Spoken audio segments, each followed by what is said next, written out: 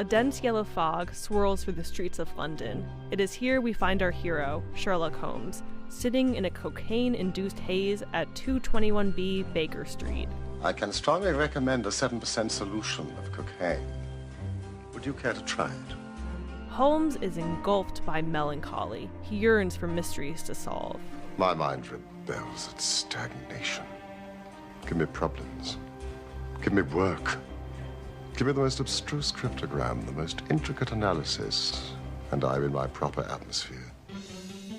Sir Arthur Conan Doyle created Sherlock Holmes back in 1887. Conan Doyle was a scientist and a trained physician, and his fictional detective used scientific methods and forensic evidence before the actual police did.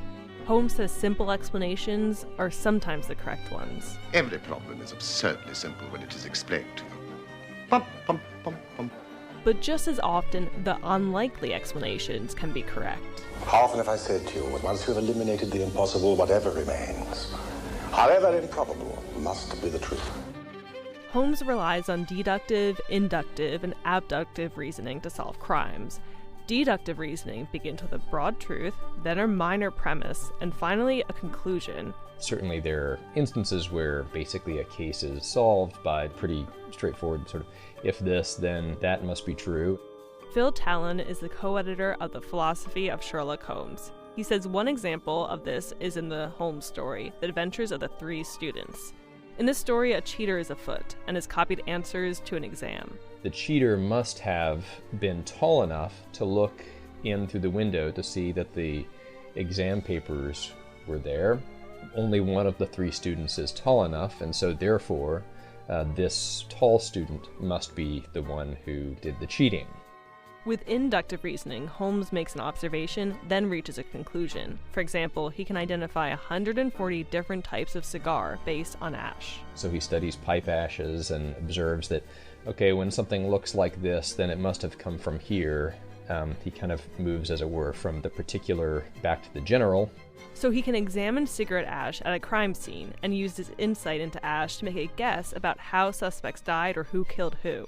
But there's more to Holmes' method than brains. Tim Weldon is a professor of philosophy and theology at the University of St. Francis. What won it for him was really this appeal to the heart, or these summary, evaluative judgments that stem from intuition. Holmes uses abductive reasoning in The Adventure of the Blue Carbuncle. That kind of reasoning involves an incomplete observation, then a prediction, so it means more intuition is at play. For example, one day around Christmas, Holmes examines a dusty hat. He guesses it must belong to an intellectual fellow because of the cubic capacity of the hat. Then he guesses the wearer of the hat has lost his wife's affection. So, what do we have? A grey-haired intellectual who 3 years ago was well-to-do but has since fallen on hard times. He once had foresight, he now has less. His wife has ceased to love him, and it is doubtful if he has gas laid on in his house. When Holmes does identify the thief, he relies on his intuition again. He concludes turning him over to the police would only turn him into a hardened criminal. Holmes thought it was the time of year and the disposition of the thief that warranted some kind of letting go or exoneration. You usually don't see that in any kind of detective fiction. That moment may seem compassionate, but Holmes is operating purely out of rational judgment. As he would say to his only friend Watson, "I am brain, the rest is mere appendix." You won't find emotion from Sherlock Holmes, but he still has a lot to teach us. Elementary, my dear Watson. For Philosophy Talk, I'm Holly J. McDede.